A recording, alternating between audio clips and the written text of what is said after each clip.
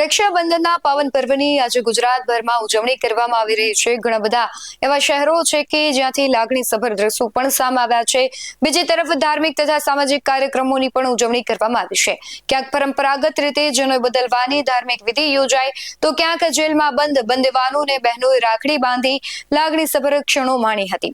બગદાણા ધામમાં પૂનમ નિમિત્તે ભક્તોનું ઘોડાપૂર ઉમટ્યું, જ્યારે ભાવનગરમાં ધર્મના સીમાડા ઓળંગી હિન્દુ મુસ્લિમ ભાઈ બહેનના પવિત્ર સંબંધનું ઉદાહરણ જોવા મળ્યું। ત્યારે રક્ષાબંધન પર્વની ઉજવણીના જે ખાસ દ્રશ્યો સામે આવ્યા છે તેના વિશે વાત કરીશું। નમસ્કાર, ગુજરાત BS9 TV ન્યૂઝમાં આપની સાથે હું છું ભગવતી વિશાવડિયા।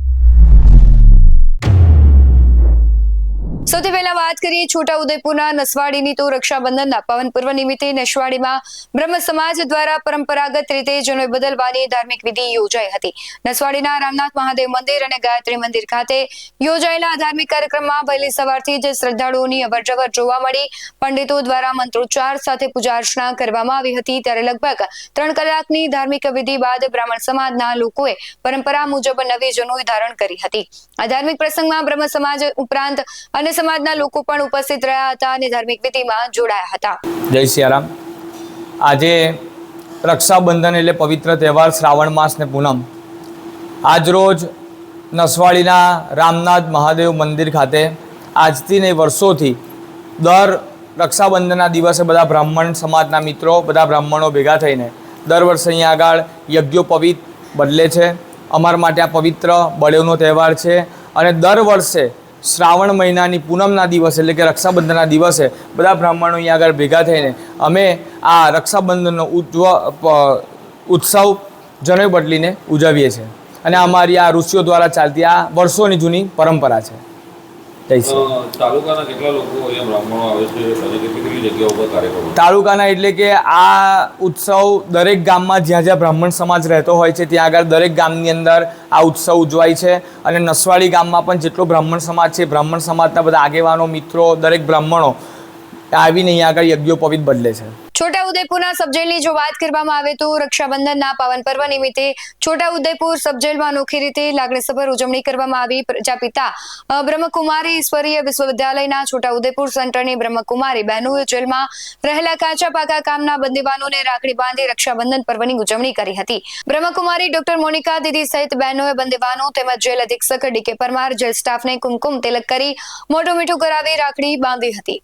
તારીખ 28 ઓગસ્ટ શુક્રવારના રોજ રક્ષાબંધનનો પવિત્ર તહેવાર છે।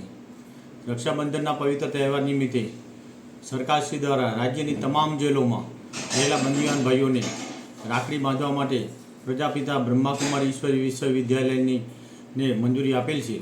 જે મંજૂરી અન્વયે આજે છોટાઉદેપુરના બ્રહ્માકુમારી શ્રી મોનિકા દીદી તથા બહેનો દ્વારા છોટાઉદેપુર સબજેલમાં રાખવામાં આવેલ તમામ બંદીવાન ભાઈઓને કુમકુમ તિલક કરી રાખડી બાંધી અને મોઢું મીઠું કવરાવી અને રક્ષાબંધનની ઉજવણી કરેલ છે। રક્ષાબંધનના પાવન પર્વ નિમિત્તે મોનિકા દીદીએ બંદીવાન ભાઈઓને બુરાઈઓથી દૂર રહેવા માટે સંકલ્પ લેવડાવવામાં આવેલ છે। સુરતની જો વાત કરવામાં આવે તો આજે ભાઈ બહેનના પવિત્ર બંધનનો તહેવાર છે, ત્યારે સમગ્ર દેશમાં ઉત્સાહ અને લાગણીસભર માહોલમાં ઉજવાઈ રહી છે। ત્યારે સુરતની લાજપોર મધ્યસ્થ જેલમાં પણ રક્ષાબંધનની અનોખી ઝલક જોવા મળી। જેલમાં બંધ કેદી ભાઈઓએ મળવા આવેલી બહેનોએ રાખડી બાંધી હતી। ભાઈના હાથ પર રાખડી બાંધતી વેળાએ અનેક બહેનોની આંખો પણ ભરાઈ આવી હતી, તો બહેનની આંખોમાં આંસુ જોઈને ભાઈઓનું હૃદય પણ દ્રવી ઉઠ્યું। રક્ષાસૂત્ર બાંધ્યા બાદ કેદી ભાઈઓએ જેલ મુક્ત થઈ સમાજમાં સારા નાગરિક તરીકે જીવન જીવવાની ખાતરી બહેનોને આપી હતી। બગદાણાની વાત કરવામાં આવે તો શ્રાવણ સુદ પૂનમ એટલે ભાઈ બહેનના પવિત્ર સંબંધનો તહેવાર સાથે છે। ભાવનગરના મહુવા તાલુકાના બગદાણા ધામમાં આજે પૂનમ નિમિત્તે ભક્તોનું ઘોડાપૂર ઉમટ્યું હતું। સુપ્રસિદ્ધ બજરંગદાસ બાપાના દર્શન માટે ગત રાતથી જ દૂર દૂરથી મોટી સંખ્યામાં શ્રદ્ધાળુઓ બગદાણા પહોંચ્યા હતા। લાજપોર મધ્યસ્થ જેલ ખાતે રક્ષાબંધન તહેવારની ઉજવણી કરવામાં આવી રહી છે। લાજપોર જેલની અંદર 3000 જેટલા પુરુષો અને 100 જેટલી મહિલાઓ છે। તેઓના પરિવારના લોકો અહીંયા શાંતિપૂર્વક રક્ષાબંધન તહેવાર ઉજવી શકે અને રાખડી બાંધી શકે તે માટે લાલપોર મધ્યસ્થ જેલના કર્મચારીઓ, અધિકારીઓ તથા બહારના જે પોલીસ કર્મચારીઓ દ્વારા બંદોબસ્તની વ્યવસ્થા ગોઠવવામાં આવેલી છે। દરેક કેદીઓને અહીં બહેનો સાથે મુલાકાત દરમિયાન જે લાગણી ભાવુક દ્રશ્યો જોવા મળે છે તેનાથી સમાજને એક સંદેશો પહોંચી શકે છે કે તેનો પરિવાર પણ તેઓ માટે એક લાગણીથી, આતુરતાથી રાહ જોઈ રહેલા છે। જ્યારે પણ એવા લોકોને સમાજમાં પાછા જવાનો મોકો મળે છે ત્યારે તેઓ પોતાના પરિવારને ખુશ રાખે અને ફરીથી આવા કૃત્યો ના કરે તે માટે એક સંદેશો સમાજમાં ફેલાય એ માટેનો એક આ પ્રયત્ન છે. બહારથી કેટલા પોલીસ જવાનોને બંદોબસ્તમાં બોલાયા છે અને કઈ રીતની વ્યવસ્થા? બહારથી લગભગ આપણે જીઆરડી પોલીસ કર્મચારી, એમાં મહિલા કર્મચારી સાથે ટોટલ 150 જેટલા કર્મચારીઓ આપણે અહીંયા એનાયત કરેલા છે અને એમાં તે લોકોને સુરક્ષામાં ઝડપીમાં લોકો જે અહીંયા આવે છે તે લોકોને લાઇનમાં રાખવા, ટોકન મુજબ તેઓને ગેટ સુધી મોકલવા, એવા જુદા જુદા વ્યવસ્થામાં એ લોકોને રોકેલા છે. વર્ષની મોટી પૂનમ ગણાતી શ્રાવણ સુદ પૂનમને લઈને બગદાણામાં લાખોની સંખ્યામાં માનવ મહેરામણ જોવા મળ્યું છે. ભક્તોની સુવિધા માટે ગુરુ આશ્રમ બગદાણા દ્વારા ચા નાસ્તાથી લઈને મહાપ્રસાદ સુધીની વ્યવસ્થાઓ કરવામાં આવી છે.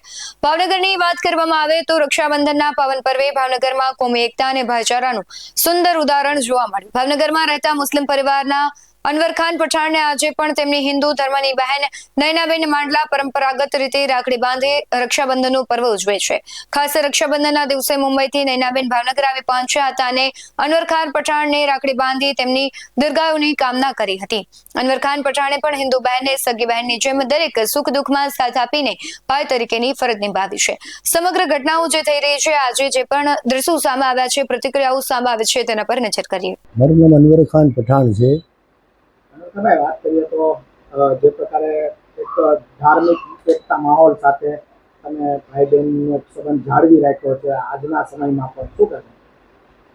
લગભગ 25 વર્ષ કરતાં વધારે સમયથી નૈનાબેન માંડલી અમને રાખડી બાંધે છે અને મારા પપ્પા પણ એક બેન હતા, માળી જયાભાઈ જેને અમે કહેતા હતા, એ પણ ઘણા વર્ષોથી રક્ષા બાંધતા હતા પપ્પાને. જે આ જ રીતે અમારા પરંપરાગત છે સંબંધ જાળવેલો છે અને હજી જીવશું ત્યાં લગી અમે સંબંધ નિભાવશું. અત્યારે સમયમાં લોકો હિન્દુ મુસ્લિમ વચ્ચે ફાંટા પડી છે, કોમી એકતા સાથે તમે આ સંબંધ નિભાવો છો, લોકોને શું સંદેશ દેશો? અમને તો આ વસ્તુમાં કંઈ સમજણ પડતી નથી, પણ લોકો એવી ચર્ચા કરે છે કે હિન્દુ મુસ્લિમના ફાટા હાથે, પણ અમે એ લોકો એ વસ્તુ માનતા નથી. અને અમારા આ લગભગ મહેલ્લાની અંદર કોઈ પણ સમાજના લોકો વસે છે અને અમે પરંપરાગત બધા તહેવારો ખુશીથી મનાવીએ છીએ. ઈદ હોય, દિવાળી હોય, હોળી હોય, બધા તહેવારો હસી ખુશીથી હિન્દુ મુસ્લિમ એક સાથે મનાવીએ છીએ. આવા જ વધુ અહેવાલો સાથે ફરી મળતા રહીશું. તમે અમારી યુટ્યુબ ચેનલને સબસ્ક્રાઇબ કરવાનું અને ફેસબુક અને ઇન્સ્ટાગ્રામ પર ફોલો કરવાનું ભૂલશો નહીં. બાકી અવનવી અપડેટ્સ મેળવવા માટે આપ જોતા રહો BS9 ન્યૂઝ. નમસ્કાર.